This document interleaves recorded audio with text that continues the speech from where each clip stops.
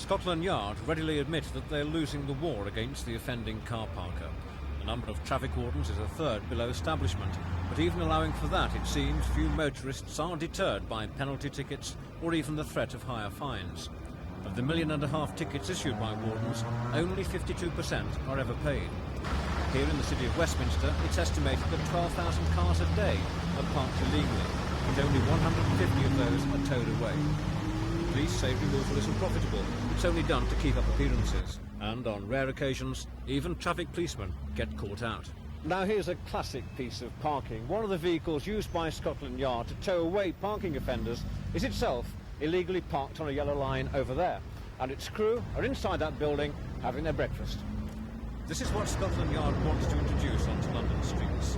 It's an immobilising device which will be fitted to an offending car by a traffic warden or a policeman and would only be removed on payment of a fixed penalty of between £20 and £25.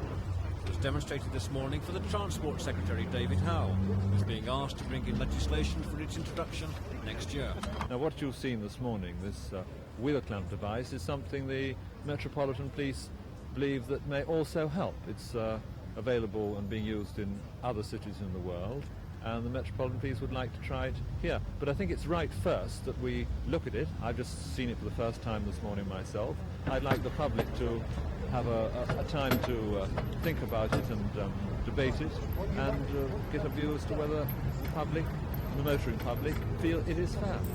The police view is that the longer drivers are allowed to get away with illegal parking, the more choked with traffic London will become, until one day nothing moves. The clamp, or Hannibal as it's known in France, is seen as the obvious escape-proof deterrent. We don't want to flood the whole of central London with these things. That's not the object. The object is to get to those people who are deliberately flouting it, as I said, at the expense of other law-abiding citizens. Hopefully this will certainly help us and may well give us considerable success in that field.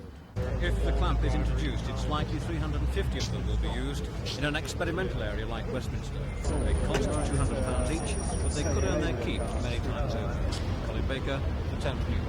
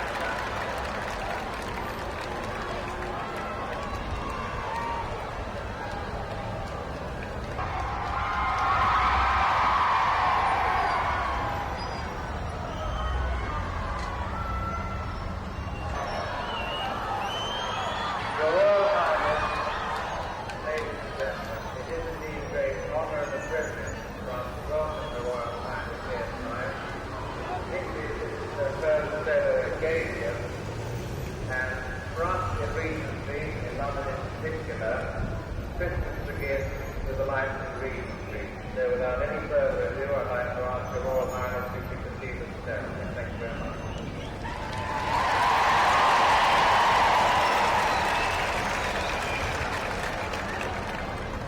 I'd just like to say how very kind the Regent Street Association to invite me to switch on the Christmas lights this year.